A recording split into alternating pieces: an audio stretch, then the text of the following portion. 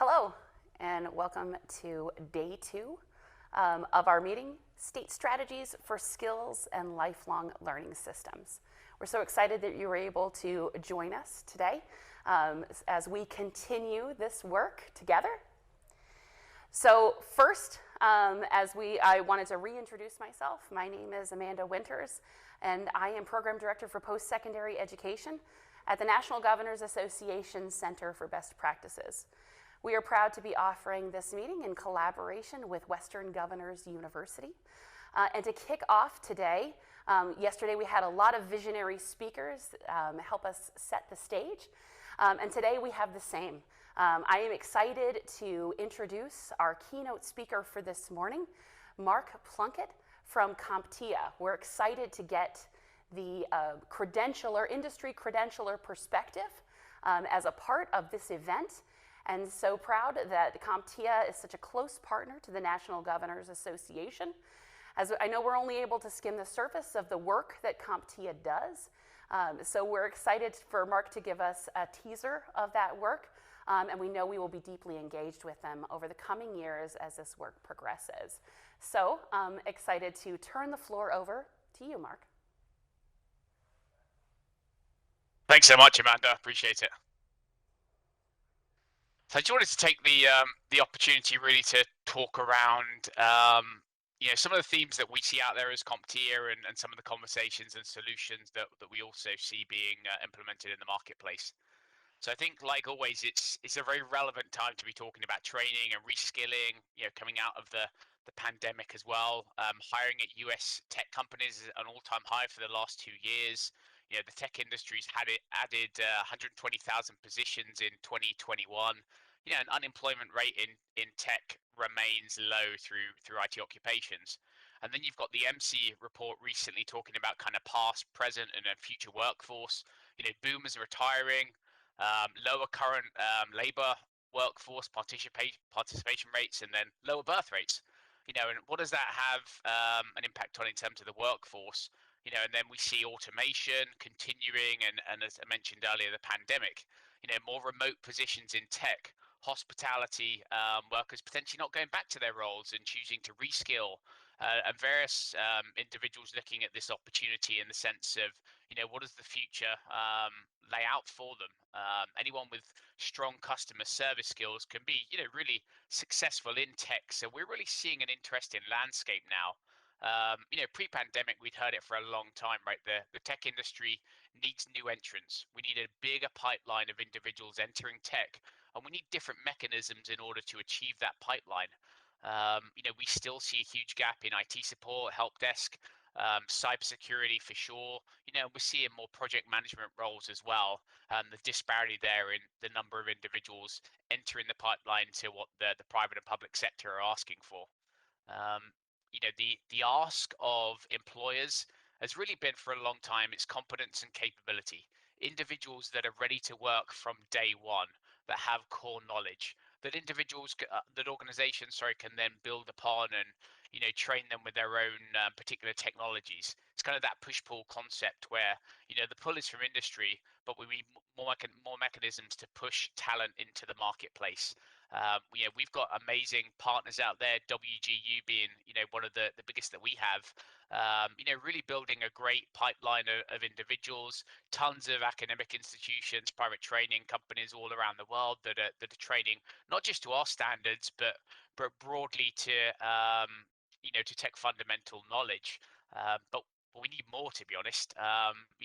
We're not closing the gap. The gap is actually increasing, and the number of open jobs that we can see being developed is outweighing the supply there.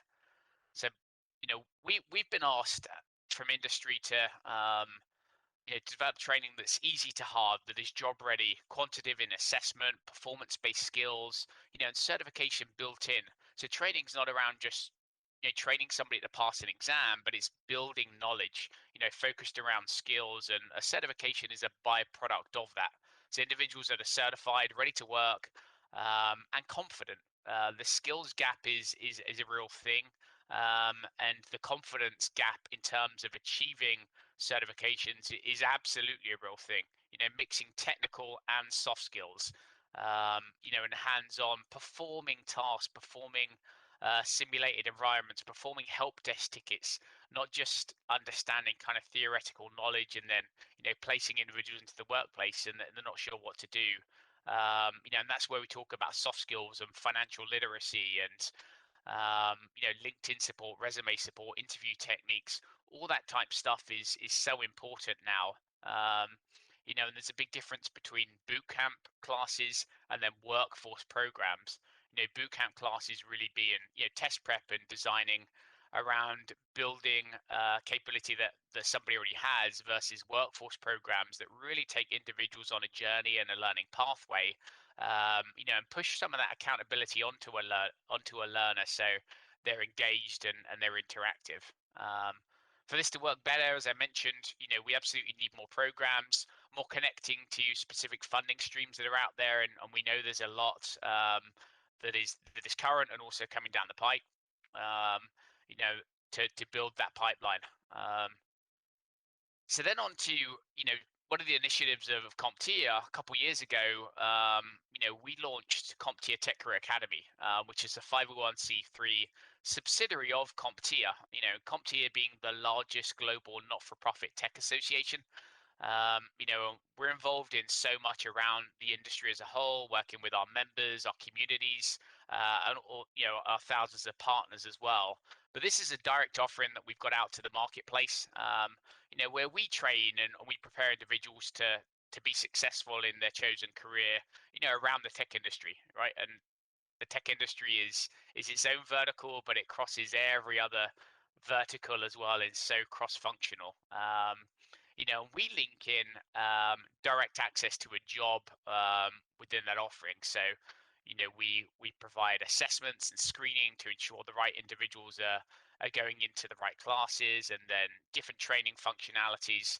And then we have a career services team that work with individuals from day one to prepare them to transition into the workplace. So it's, not just an education program, but it's very much a job transition program. And dare I say, we're challenging traditional education as many other organizations are out there. We firmly believe you don't need a 2-year or a 4-year degree to enter tech. And everyone deserves choice in how they learn skills and what kind of training programs they go on. That's really important to us. And again, we know many others are taking on that challenge as well as we build a deeper pipeline. We offer license programs and we offer custom training programs as well. And we use the best practices across all the programs that we have. The custom programs are pretty cool because we get to work with states directly or organizations to build out that solution. And supporting the overall recruitment of motivated students with aptitude for tech, especially those from underserved populations. That's extremely important to our approach and what we're doing. We have synchronous and asynchronous options within the training. Obviously, everything recently has been virtual, so we do a lot of virtual instructor-led training.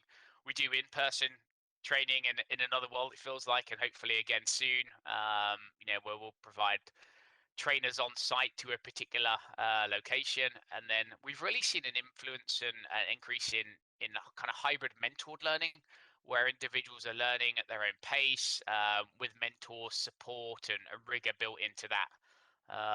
And that's something we've really seen grow. I think in the past couple of years, we've really seen partnerships with state, cities, and workforce boards and corporations grow massively as we try and kind of support the broader training ecosystem, and fill in the funnel for cyber and tech workers.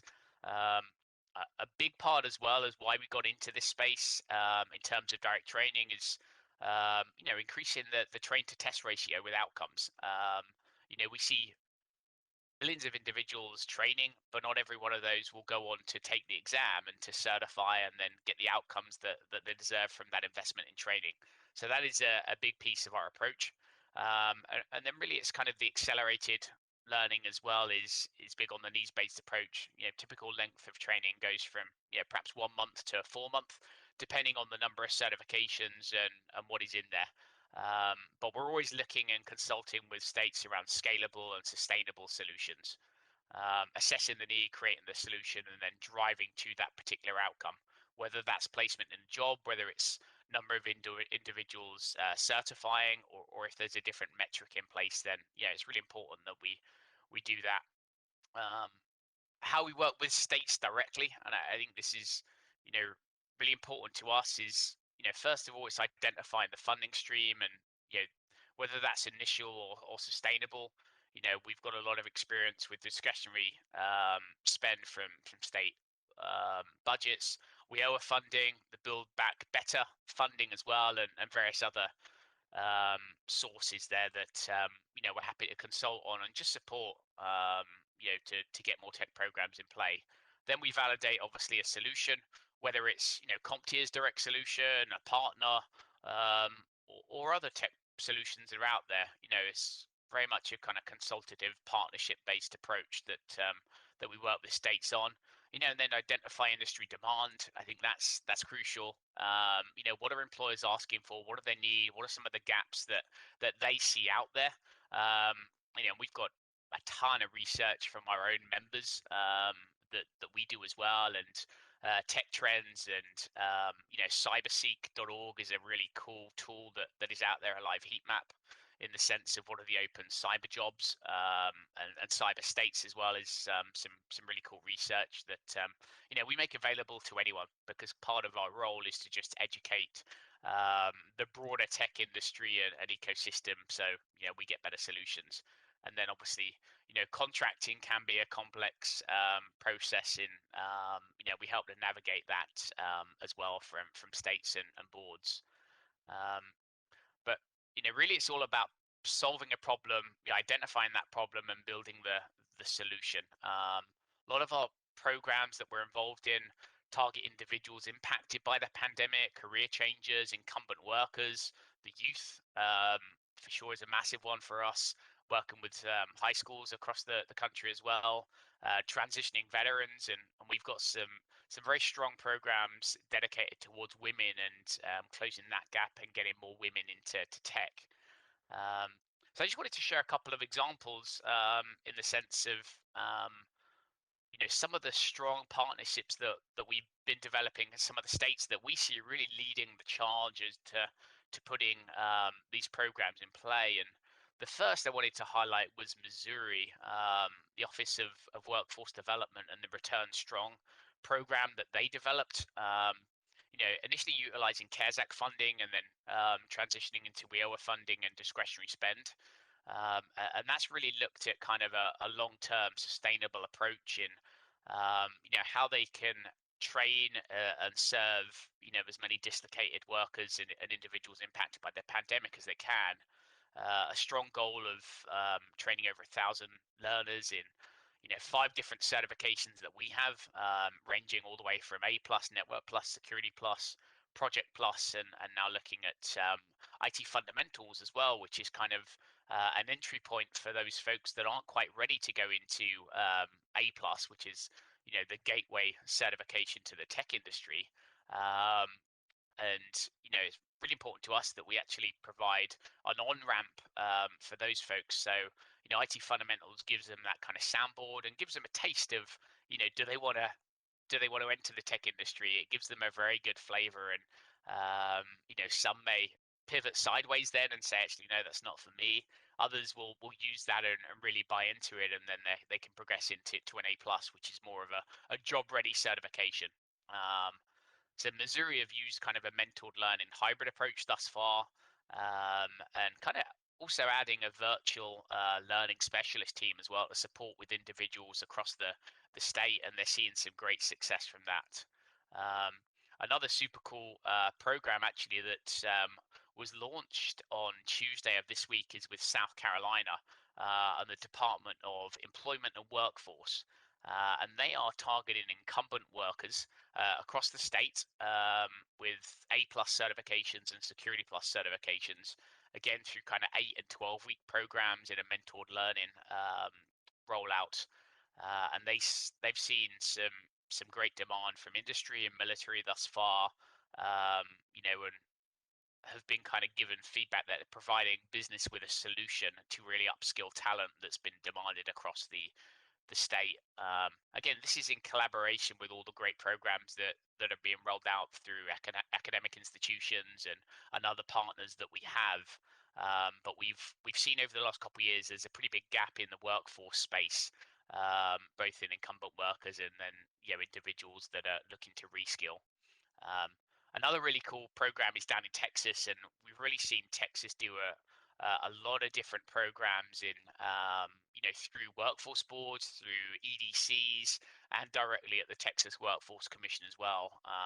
But Borderplex Workforce Solutions in El Paso do a ton of training around veterans and also women in cyber and tech. And they've got some ongoing at the moment that we're training with them, and they've really seen some great results there, and they liaise really well with industry, and we support them to do that. And then finally, just wanted to mention a partnership that we have with JFF, Jobs for the Future, to train 1,700 learners across 5 different states over 3 years, and that was through them winning the H-1B DOL grant, and then they partnered up with CompTIA Tech Career Academy to deliver some of that training. And again, that is just equipping more and more individuals with A+ to get them into the tech workforce.